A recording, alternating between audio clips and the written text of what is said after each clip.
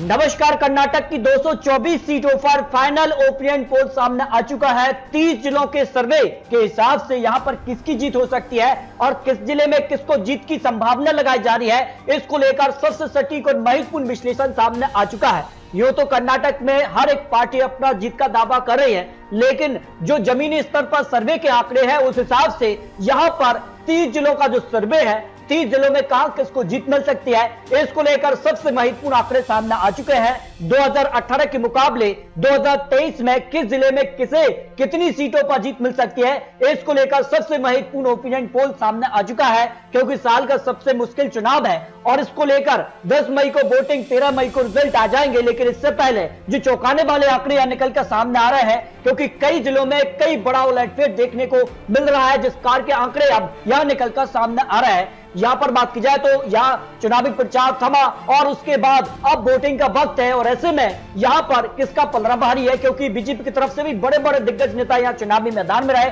वही कांग्रेस ने भी अपनी पूरी ताकत के साथ इस चुनाव को लड़ा है और ऐसे में अब यहां पर किसको जीत मिल सकती है, इसको लेकर सबसे महत्वपूर्ण आंकड़े, क्योंकि साल 2023 के लिए सबसे महत्वपूर्ण इस साल का चुनाव है, क्योंकि इसके बाद विधानसभा चुनाव के लिए मध्य प्रदेश, छत्तीसगढ़ और राजस्थान में भी चुनाव है जहां कांग्रेस की सरकार रही है और ऐसे में इससे राज्य के जो नतीजे हैं वो लोकसभा चुनाव और विधानसभा चुनाव के लिए महत्वपूर्ण हो जाते हैं। तो किस कार के आंकड़े बन सकते हैं, क्योंकि हर 5 साल के यहां आंकड़े बदले हैं, जिस कार से 2008, 2013 और 2018 में यहां बदलाव देखने को मिला है और इसी तर्ज पर कांग्रेस दावा कर रही है कि 2023 में कांग्रेस सरकार बनाने जा रही है। तो किसे पर बहुमत का आंकड़ा 113 का मिल सकता है, इस पर देखिए सबसे महत्वपूर्ण आंकड़े यहां पर बात की जाए तो कोलार की 6 सीटों पर 2018 में यहां पर बीजेपी 0 सीट थी, वही कांग्रेस ने 4 सीटों पर जीत हासिल की थी। कांग्रेस 1 और 1 सीट अन्य के पक्ष में रही थी और इस बार ओपिनियन पोल के हिसाब से बीजेपी 1 सीट पर जीत हासिल कर सकती है, जेडीएस को 1 सीट, वहीं कांग्रेस को 3 सीट और 1 सीट अन्य के पक्ष में जाने का अनुमान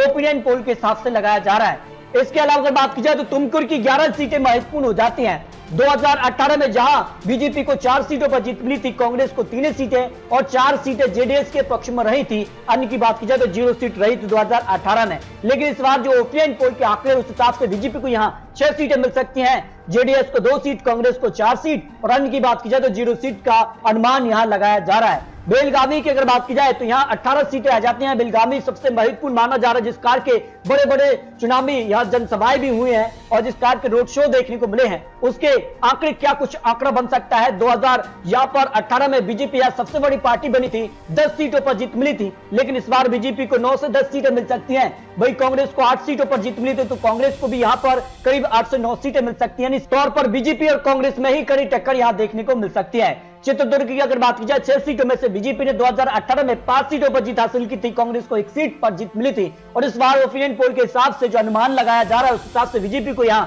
4 सीटें मिल सकती हैं, कांग्रेस को यहां 2 सीटों पर जीत की संभावना लगाई जा रही है। जेडीएस और अन्य की बात की जाए तो 0 सीट रह सकती है। दावनगिरी की अगर बात की जाए तो 8 सीटें आती हैं। 2018 में यहां बीजेपी को 6 सीटों पर जीत मिली थी, वही कांग्रेस को 2 सीटों पर जीत मिली थी। तो इस बार अनुमान लगाया जा रहा है कि यहां के जो आंकड़े जिले के 8 सीटों पर इस कार के ही आंकड़े यहां मिल सकते हैं। बीजेपी को सबसे ज्यादा 6 सीटों पर जीत की संभावना लगाई जा रही है। हावेरी की अगर बात की जाए तो 6 सीटें आती हैं और यहां 2018 में बीजेपी को 4 सीटों पर जीत मिली थी, कांग्रेस को 1 सीट अन्य के पक्ष में रही थी। इस बार ओपिनियन पोल के हिसाब से बीजेपी को 4 से 5 सीट मिल सकती हैं, भाई जेडीएस को 1 सीट, कांग्रेस को 1 सीट पर जीत की संभावना हो सकती है, जो अनुमान या हावेरी को लेकर लगाया जा रहा है। बात की जाए बागलकोट की 7 सीटों के लिए 2018 में बीजेपी को यहां 5 सीटों पर जीत मिली थी, भाई कांग्रेस को यहां 2 सीटों पर जीत मिली थी, 0 सीट यहां जेडीएस और अन्य के पक्ष में रही थी। इस बार ओपिनियन पोल के आंकड़ों के हिसाब से बीजेपी को यहां करीब 4 सीट मिल सकती है, जेडीएस को 1 सीट और 2 सीटों पर कांग्रेस को जीत की संभावना लगाई जा रही है। इसके अलावा बात की जाए बीबीएमपी मध्य की 8 सीटों में यहां बीजेपी को 2 सीटें मिल सकती हैं, जेडीएस को 1 सीट, कांग्रेस को 4 सीट और 1 सीट अन्य के पक्ष में जाने का अनुमान यहां लगाया जा रहा है। अगर बात की जाए चित्रदुर्ग की यहां 7 सीटों में से बीजेपी को यहां 2 सीटें मिल सकती हैं, 1 सीट जेडीएस और यहां पर कांग्रेस को 4 सीट और अन्य की बात की जाए 0 सीट मिल सकती है। इस तरह से कांग्रेस यहां सबसे बड़ी पार्टी 2018 में रही थी और इस बार ओपिनियन पोल के हिसाब से भी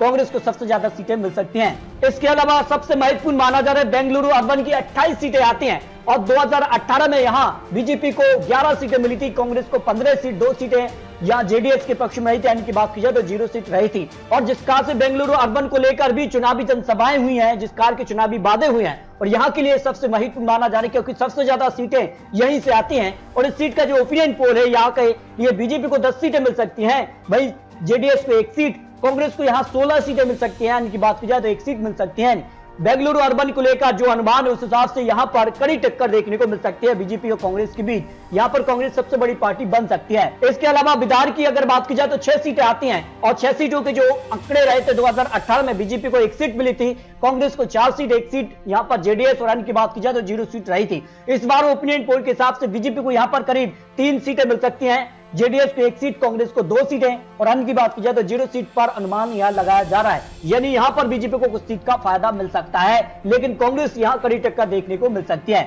भाई अगर बात की जाए तो उत्तर कन्नड़ की जो 6 सीटें आ जाती हैं, 2018 में यहां बीजेपी को 4 सीटों पर जीत मिली थी, 2 सीटें कांग्रेस के पक्ष में रही थी। और इस बार ओपिनियन पोल के आंकड़ों के हिसाब से भी बीजेपी को करीब 4 सीटें, जेडीएस को 0 सीट और अन्य की बात की जाए तो 0 सीट मिल सकती है। वहीं कांग्रेस को 2 सीट पर जीत की संभावना दिखाई दे रही है, यानी 2018 के आंकड़े रिपीट होने की संभावना लगाई जा रही है।